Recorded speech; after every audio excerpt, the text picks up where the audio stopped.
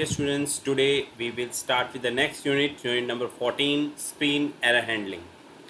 In the last video, we have discussed about how we can create the screen elements, how we can define the screen elements onto the screen, and we have also done the practical part on it. Now, we will deal in this unit with the screen error handling. In this unit, we will discuss about the lesson number 1 and lesson number 2.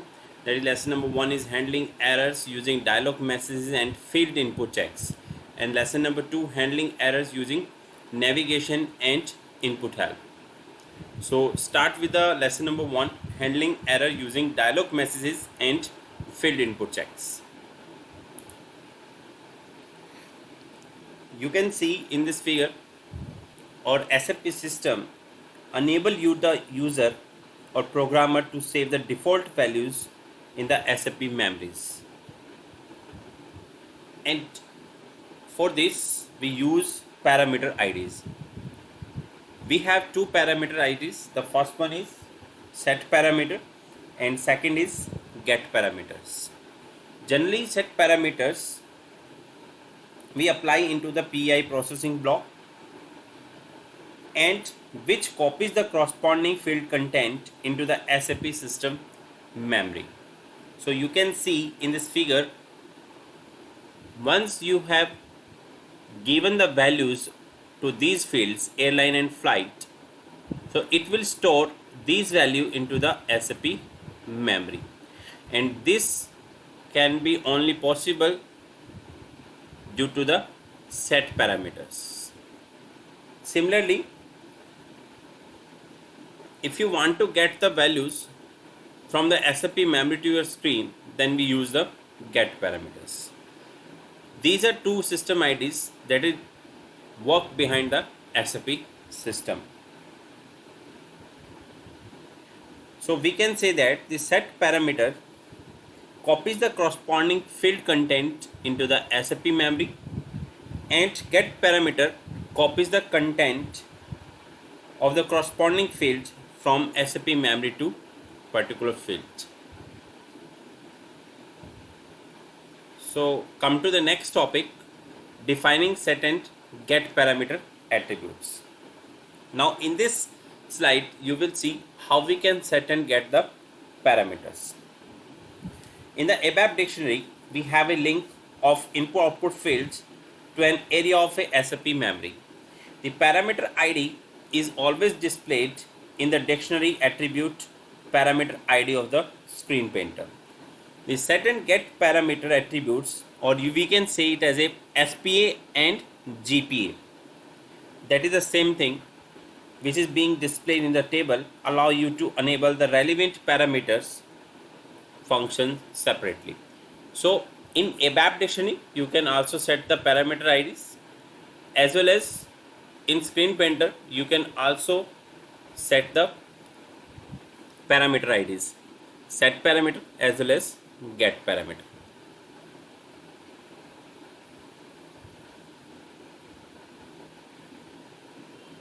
Come to the next topic, dialog message categories.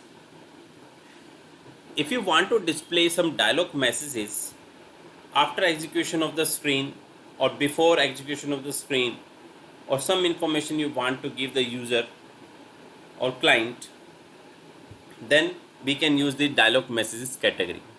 So we have total 5 categories. The first one is termination, second is error, third one is warning, fourth one is information, and the fifth one is success. And these dialog messages are codes. For the termination we have codes A and X. For error we have E message code. For warning we have W message code. For information we have I message code. And for success dialog message category we have S message code. Now starting with the first dialog messages category, that is termination. As you can see, the type X message work like the type A message, except that it includes the short dump messages type X. As you can see, we have this program call we are calling it main program, and it is displaying the screen number 100. And if a message is shown onto the screen, then it must restart the program call. And difference in between a message and X messages is just only the message X include the short term message of type X, whereas a message only show the message to the user.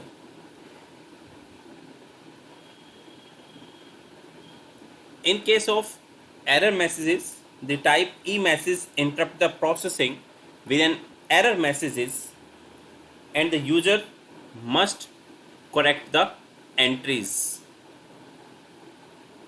So it will ask for the enter the new entries. For warning messages,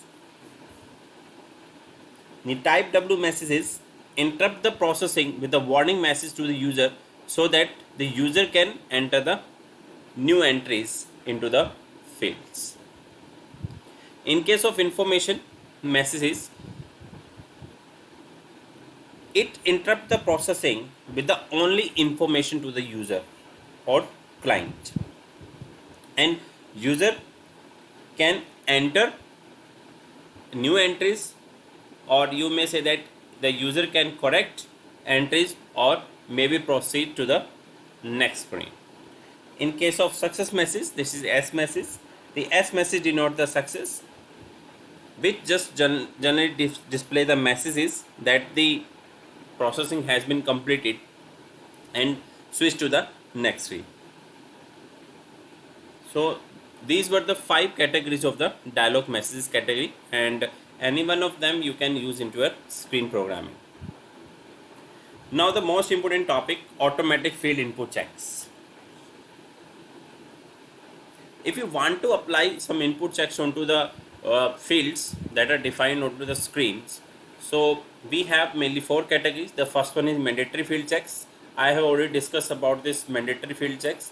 When we create a text field, when we create an input output field, there is a option where you can select as an input field, where you can select as an output field, and right to that option we have whether the user want to enter the information and proceed directly, or without entering proceed directly, but you can also make it as a mandatory field so that the user cannot proceed without entering the values to a particular field. So come to the next input check, that is your field format check, that you can also apply, and I have already discussed about this field format check. We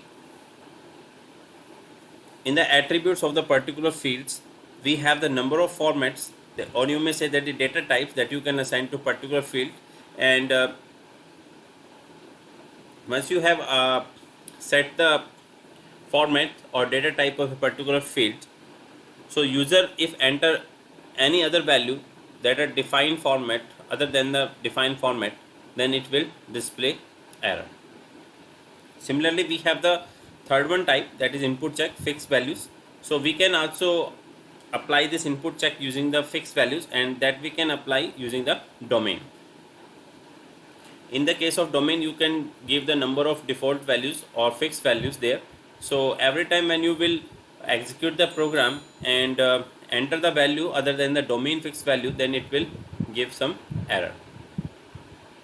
The last one is foreign key check, and that we have done previously, that you can also apply the field with the check tables.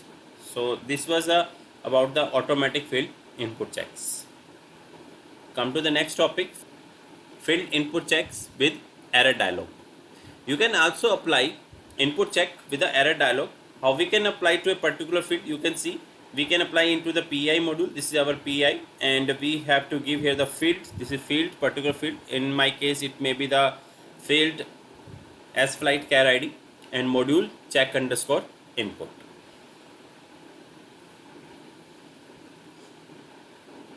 So you can program your own field checks in the PEI module. event by using the field statement, with the module addition. So this will call the system to process the specific module only for the field statement, for the particular field statement. The system will then send the message or screen again if an error or warning message occur during the module. So we have applied for this module, we have applied here the message E. So if error is occurring or some message occurring, then it will display back to the user and it will ready for the input again. Next is checking group of fields. In the last slide we have applied this input check onto a single field, so you can also apply this input check to the number of fields simultaneously. So for this we have a special syntax, that is we can use the chain statement. This is chain, then dot, these are the field is a keyword, then colon, and the field name 1, field number 2, field 3, field n, and then module check underscore input, and we must have to be end this chain with the end chain statement. So for all of these fields we have applied the particular module check underscore input. So in the module check underscore input, if the message occurs, then it will automatically display the error message and it will ready for the input again for the all fields. The most important thing that I want to again repeating here, then you can include the individual field in more than one chain and end chain block. Come to the next topic, controlling error dialogues. You can also control the error dialogues. How we can control? The current system is sent again if the system send an error or warning message, but the PBO is not processed again. So when this happens, only the fields to which the module is assigned are ready to input again. You can see we have applied here, this is process after input block, in which we have specified field A and the module check underscore A. So for this field A we have applied the check underscore A module. For the field B we have applied module check underscore B, and for this one chain we are applying for the more than one field, so we are using here the chain block, chain and end chain. And for field C and D we have applied the module check underscore CD. Similarly, after ending this end chain we have applied here the another chain statement chain for the field C and B. So here we are applying more than one fields. You can see we are using here the C with the D, as well as we are using here the C with the B. And for this module we have defined here the error message. So by these combinations you can also apply the input check onto the fields. Come to the next topic, field statement and data transport. Generally this slide tells how the data is transported when you are applying the input checks.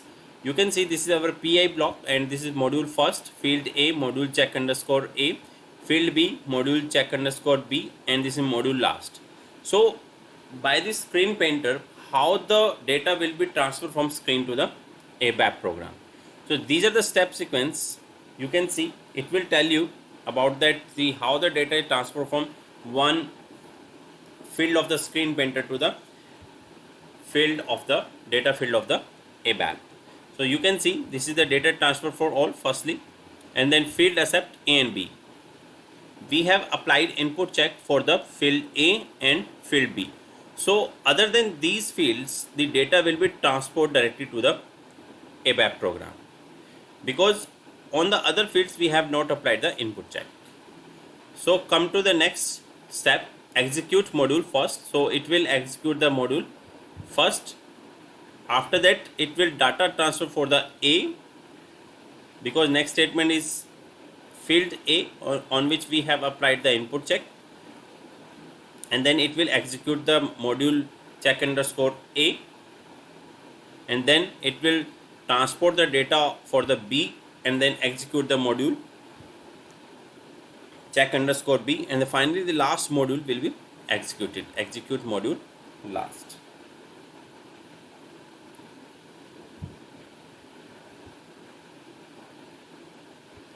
So come to the next topic, execution when value is not initial.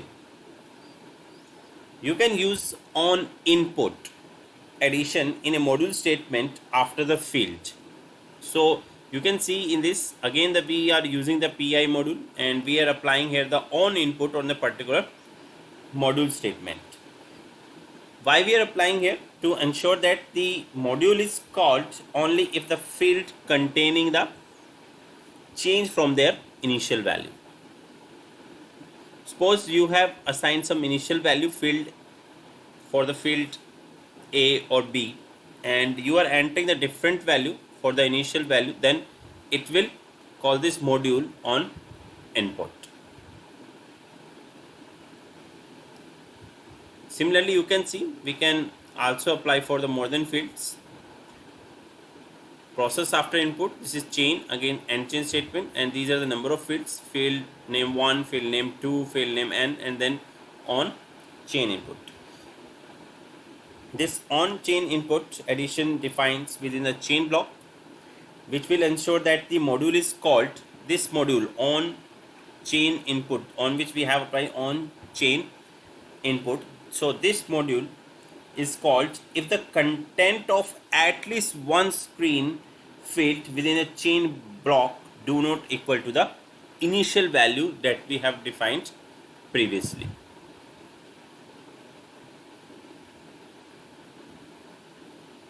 Come to the next topic, execution on change. We have the another addition that is on request, and this on request, if you enter a new value in the relevant field with the on request addition, then this module will be called. That is totally opposite to the previous one, which is on input. That means if the user enter a new value in the relevant field, then it will execute the particular module, otherwise it will not. And the same for the number of fields. Again the on chain request addition defined within the chain block, and it ensures that this module will be executed only if any one of the field content is changed. As you can see, it is showing that execution when input is new. Come to the next topic, avoiding field input check. If you want to avoid some input checks, that you don't want to apply input checks onto the particular fields, then you can use the addition at exit command. And this module with an exit command addition is the process not only before the automatic field input check, but also before all the PAI modules, and it is executed when the function has a type that is error message. So if error message occurs and the function type is E, then this module will execute it. As you can see, this is an ABAP program. In this module exit input, you can see this is case OK code. When cancel, then clear OK code and leave to the screen 0. When exit, then leave program. So this was all about the avoiding field input check. Come to the next topic, switch depending module call. If you want to switch the module from one to another, then we can use this switch addition here. Suppose this is our PI block. In this we are executing the particular module add underscore check, and immediately if you want to switch to the another module, then you can switch with the help of switch statement. But it can only be executed when the switch is on, otherwise the dialog module will not be called. So this was all about the lesson number 1 of the unit number 14. So starting with the next lesson, lesson number 2 of the unit number 14, handling errors using navigation and input help. So the topic is navigation, as you can see, we have here the three buttons. The first one is back, second is exit, and third one is cancel. This back and cancel work behave like when you press this back and cancel, it take you to back one logical level. So when you apply this or perform this operation, it will take you back to the one level back. If you are at the same screen initial level and then you press this back or cancel button, it will take you back to the calling program. And the exit function, this exit function return to where the processing unit was called. You can see this is a called program, calling program, and when you are pressing at this maintenance screen exit button, it will take to you calling program. If you are at maintenance screen 2 and you press exit button, it will take to you calling program. Similarly, if you are at the further detail part of this maintenance screen and you press exit, it will take to you calling program.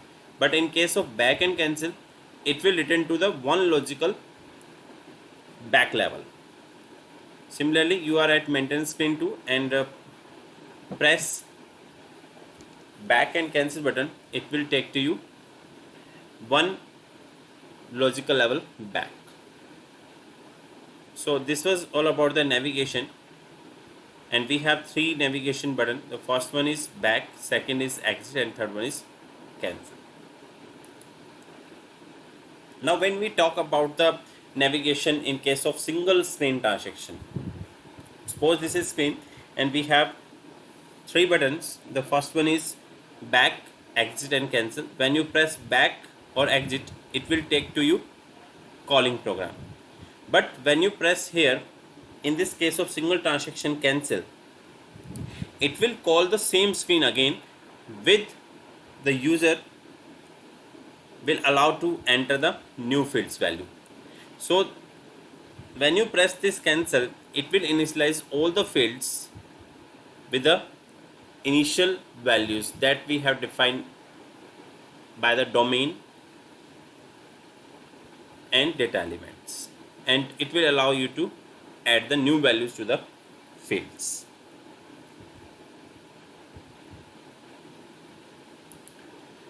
So the next topic, navigation dialog. You can see in this figure, it's showing the difference between the three buttons, back, exit, and cancel. And you can see saves dialog. The first difference is save dialog. Yes, it will allow you to save the dialogues here. In case of exit, yes. In case of cancel, no. So in both the cases, back and exit, it will allow you to save the values of the current fields. But in the case of cancel, it will not allow to save the values of the screen fields. Check entries on pressing back and exit. Yes, it will allow to check the entries that you have entered in the fields. Yes. But in case of cancel, it not or never check the entries you have entered. Sequence for the back and exit, you can see for the back, yes, it check the sequence, then save the dialog. Exit, first save the dialog and then check. This is the reverse process. In this case, back, it firstly check and then save the dialog. In this case, first save the dialog and then check. And there is no sequence for the cancel. It will call the same screen. Function type, you can see for this back we have no function type written is required, but for exit and cancel we have exit function. The system check the input on the screen for the exit function. Example, suppose for when you press the back button, it will ask save the data. For exit, again the same, it will ask for the save the data. For the cancel, it will not save, so it will not ask, unsaved data will be lost, and it will ask for the cancel. The last one, function module for the dialog. Yes, when you press this back, so it will pop up a box for the confirmation. Similarly for the exit, it will pop up to confirm. Similarly for the cancel, it pop up a dialog box to confirm.